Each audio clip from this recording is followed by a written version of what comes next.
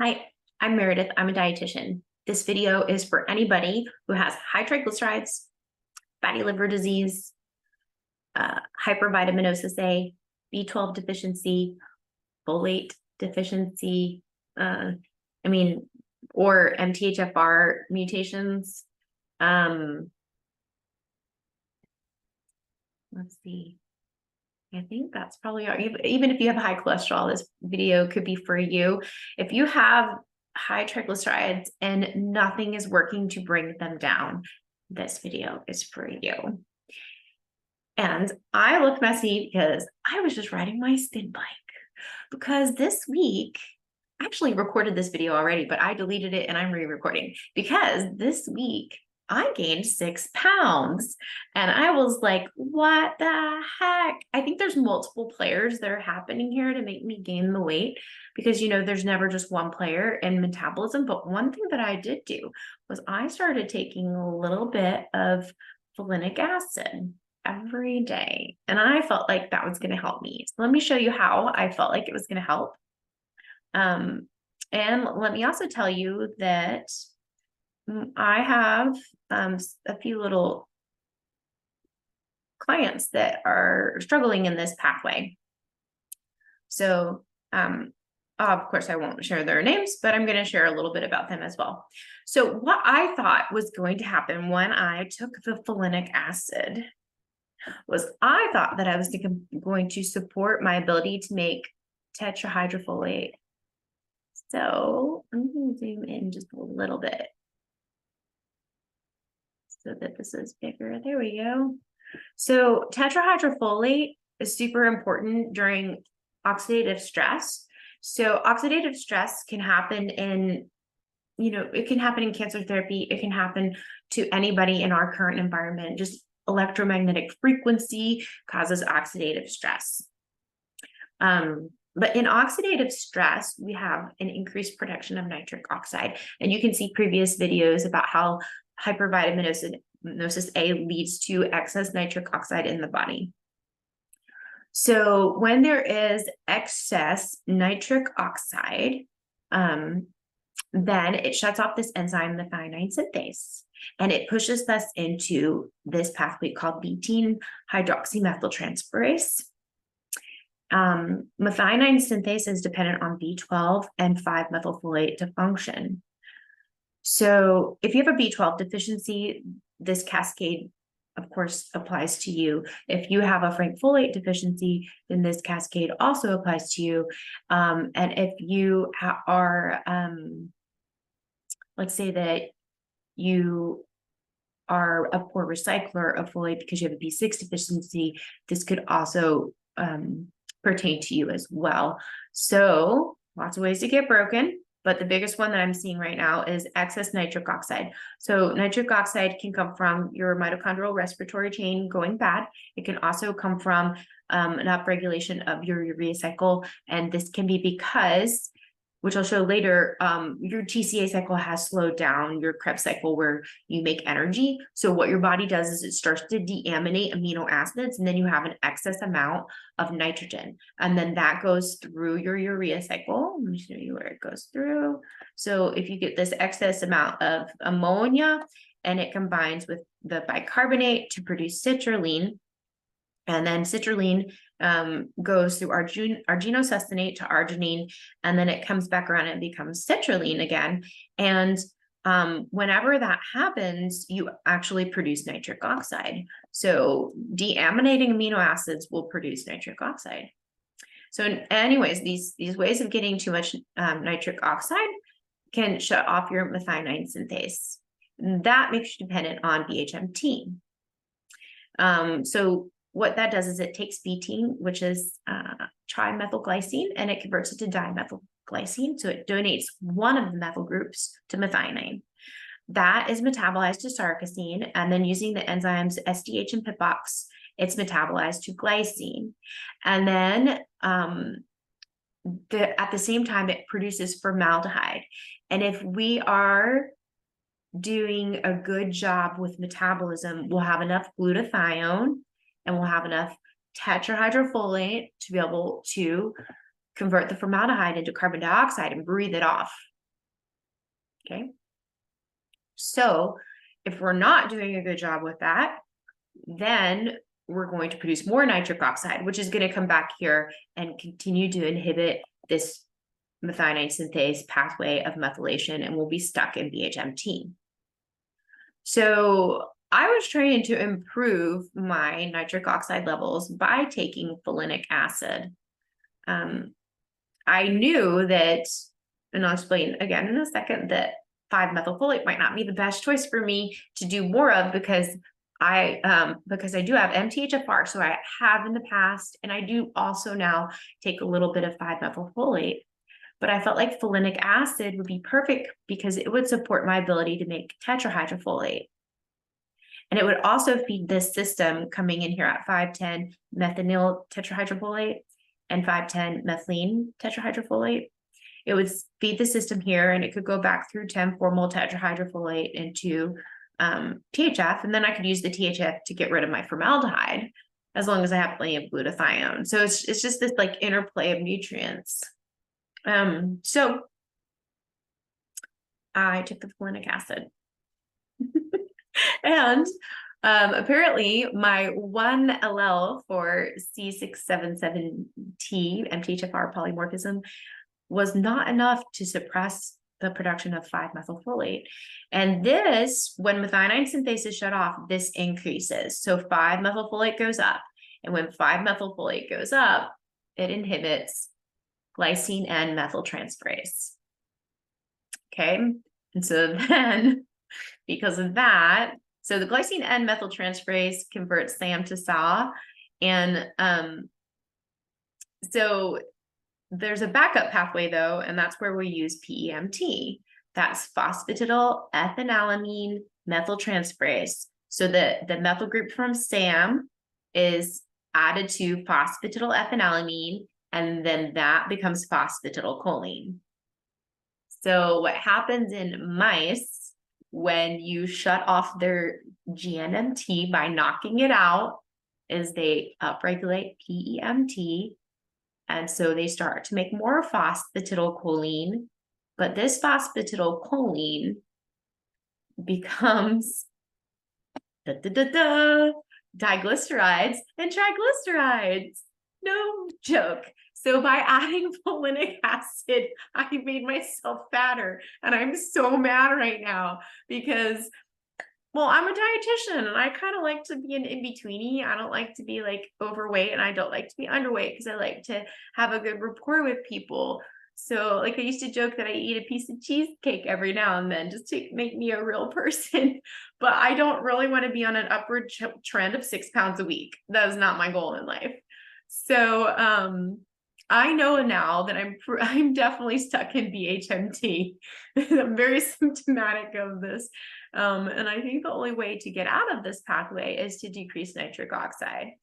So in my attempts to decrease nitric oxide formation from formaldehyde by increasing my folinic acid, I actually pushed myself into a fat metabolism. I'm like, yeah. Oh, I can prove this as well. Because when the nitric, so let's say that I'm stuck over here, my GMT has been turned off, right? And now I think that I'm still producing too much nitric oxide. Okay. So because of that, this week I had the worst headache. So I think that it was a combination of nitric oxide, but also I think that my CO2 levels dropped. And the reason why I assume that is because what took away the massive headache, and I seriously like couldn't think, it was the worst experience. I forgot things. So what took away the massive headache is I made baking soda water. And I'm not saying you should do this. This is not a recommendation. Just like any of my videos, these are not recommendations to change your diet. You should just talk with your own healthcare provider. So when I drank the baking soda water, my head cleared completely up. It didn't fix the fat making process though. So I'm kind of disappointed. Although if my CO2 is really low, that's mild or severe metabolic acidosis, and that will impair insulin binding to insulin receptors. And so, I'm in a really bad metabolic place right now. I'm really disappointed. So let me show you, let's see, because I was wondering when I was doing this video originally, I was like, wait, like I really need to explain how I need to explain the whole diglyceride thing. So let me click on the image this is from this article is about the knockout mice for the PEMT and how they start to produce more hepatic triglycerides. So excess acetylmethionine, which is SAM, reroutes phosphatidylethanolamine towards phosphatidylcholine and triglyceride synthesis. And what they did was they knocked out the GNMT enzyme, and then that resulted in the problem of increased triglycerides. So here is their little map of what happens. So here's PEMT, and here's phosphatidylethanolamine, and this is phosphatidylcholine. And you can see that phosphatidylcholine, it makes diglycerides, okay? At the same, so there's different pathways where it can go to make diglycerides. And interestingly, one of them involves the production of sphingolipids. So these are actually implicated in liver disease. This SM and ceramide, they combine together, the sphingolipid and the ceramide combine together to cause liver fibrosis. So I really gotta get out of this PMT pathway issue. I got to, or else I'm going to be causing some liver damage. So the diglycerides join up with extra fatty acids, and I'm going to show you where those are coming from, and that makes triglycerides. And so overall, the triglycerides are going to increase. And then this is how this is PLIN2 helps you to get them into lipid droplets. Okay. All right. So, so how is it ending up being more triglycerides? Because you have this diglyceride coming from phosphatidylcholine, but how are we making too many triglycerides, which by the way, are circulating in my blood, and I'm, probably uptaping them a little bit and getting fatter. I'm getting really annoyed with this. Okay, so where is that coming from? So in this exact same study, they were looking at what's happening in the liver. So here is there's some enzymes down here. Let's see if I can drag that. I can't really drag it. What's that? Oh, there we go. Okay, so this enzyme right here that is significantly different in the knockout mice, the ones that don't have GNMT, this is citrate synthase. That's really important. So citrate synthase helps us to make citrate. So now let's go, and I'll share my map again.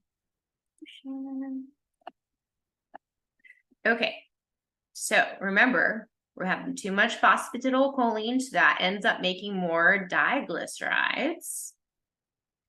And now we're going to come over here. We're going to come to the TCA cycle. So remember, in that mouse model where GNMT is suppressed, and in me and everyone else who's probably taking either too much 5-methylfolate or too much folinic acid, and they're stuck in BHMT because of excess nitric oxide, then they're going to have increased citrate synthase of the TCA cycle. Okay. So that makes increased citrate. Well, that's not a problem because citrate typically goes through the TCA cycle and it produces energy. It produces NADH, and NADH can go through the respiratory chain and produce ATP. But whenever we have excess oxidative stress, the TCA cycle is slowed down. It comes to a screeching halt.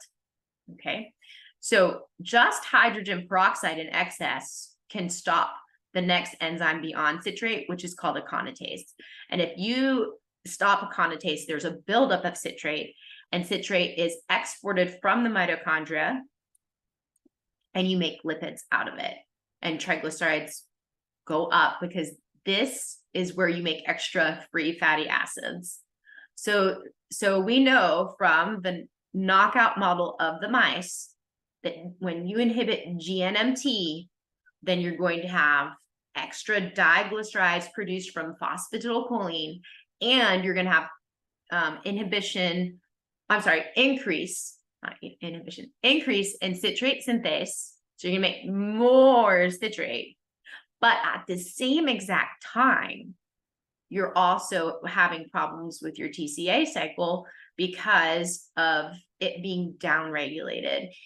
So it could be excess hydrogen peroxide is causing this. It could be iron deficiency. Iron deficiency typically goes along with hypervitaminosis A, because you have to be making a functional amount of retinoic acid or be getting sunshine, vitamin D, to downregulate a hormone called hepcidin that basically blocks iron absorption, but it can also lock iron into ferritin and macrophages and prevent the iron from coming and being used in enzymes. So it could be that you have high ferritin or low ferritin, and you could still be in the same state of a functional iron deficiency that's stopping your aconitase enzyme, and that will lead to a buildup of citrate. And it'll be exported from the mitochondria, and you will make fatty acids, and they will be added to your diglycerides that were produced because of being stuck in BHMT and having a buildup of folic acid, which is turning off GNMT. So you can see this massive cascade. And sometimes I think that God allows me to have experiences just so that I can share these things with people, but I'm really tired of the experiences. For example, I have a gouty toe. That's another video. We can talk about my gout and how it got better and didn't get better. It goes back and forth based on that whole folate metabolism too as well. So what if you don't have high hydrogen peroxide and you don't have problems with your iron? Well, you can still suck at TCA cycle. So you can suck if you have excess peroxynitrate, which is the combination of nitric oxide and hydrogen peroxide. So likely if you're in BHMT, you probably have peroxynitrate anyways. That's going to block this enzyme, alpha-ketoglutarate dehydrogenase. And if that is blocked, you have a slowing of TCA cycle as well. And you also get stuck in GABA shunt. Okay. So if you get GABA shunt is a way around the TCA cycle, alpha-ketoglutarate will leave the mitochondria. It'll go out into the cytosol. It gets turned into glutamate, then hopefully into GABA, and then should come back in at the level of succinate. Okay, so if you're stuck in GABA shunt, one major sign of that is, see right here, there's CO2. One major sign of being stuck in GABA shunt is low CO2. Okay, remember I said, I'm having low CO2. Maybe it's because I'm not metabolizing formaldehyde right. That's possible, but possible low CO2 as well, because I got way stuck in GABA shunt this week. It could also explain my headaches, because when you go into GABA shunt and you get stuck there, you have high glutamate levels. So it could be that, this whole nitric oxide process that was happening in my body triggered the glutamate issue as well. Now, I haven't really figured out, well, I kind of figured out what maybe pushed me into high nitric oxide levels this week. The folinic acid triggered the fat, I think. But the nitric oxide being a bit high is I've had a lot of stress, and stress will increase our oxidative damage. And then also I felt like cucumbers weren't really a big source of citrulline, but they are. And I need to add it to my map, but arginine supplements and then high citrulline foods both kind of push the urea cycle, and so you can produce more nitric oxide when you add more of those things to your diet. So how can we reduce our nitric oxide? That's something that will be a nice video to do on, but briefly, the things that I mentioned at the beginning, I think I mentioned them. I'm getting a little loopy. Again, brain's not back on board 100% yet, but it's doing okay. Things you would want to avoid from a dietary standpoint. You would want to avoid high fructose corn syrup and excessive amounts of nitrates in meats and vegetables. So veggies like arugula, really high nitric oxide producer. My favorite is celery. Celery has a lot of nitrates. Let's see, watermelon has a lot of citrulline in it, right? Cucumbers have a small amount, but apparently, it's cucumber season, so I've been eating more of those. Let's see, what else? You want to avoid like super duper massive amounts of vitamin A at one time, because that will cause a spike in your retinol levels, and then that will induce iNOS. So my cheesecake, I can't go around just eating cheesecake. It provides like 50% of the daily value. That's a bit crazy in one slice. I think it's 40% actually. I calculated it one day. So I don't want to do that. Things that will help lower it is I could get really good at metabolizing retinol and retinol to retinoic acid, but I also have to be a good detoxer of retinoic acid, because we need physiological levels to do the job in the body. And then also vitamin D. So my sunshine right now, morning sunshine. It's getting hot in here. I'm getting a little sweaty. So I need that to downregulate iNOS. Okay, I think that covers it all. I think I got all the ideas together. And so wish me luck, because my goal now is to figure out the Goldilocks zone for methylfolate and folinic acid that won't push me into becoming obese, because I don't want that. Also, I don't want scarring of my liver. I don't want to upregulate, the production of sphingolipids too much, and then that causes fibrosis. There's so much involved in this pathway. Again, this is not medical advice. This is just me putting my hypotheses out there. And I don't know you, and I am not your dietitian, even though I would love to be everyone's dietitian. I don't have time for that.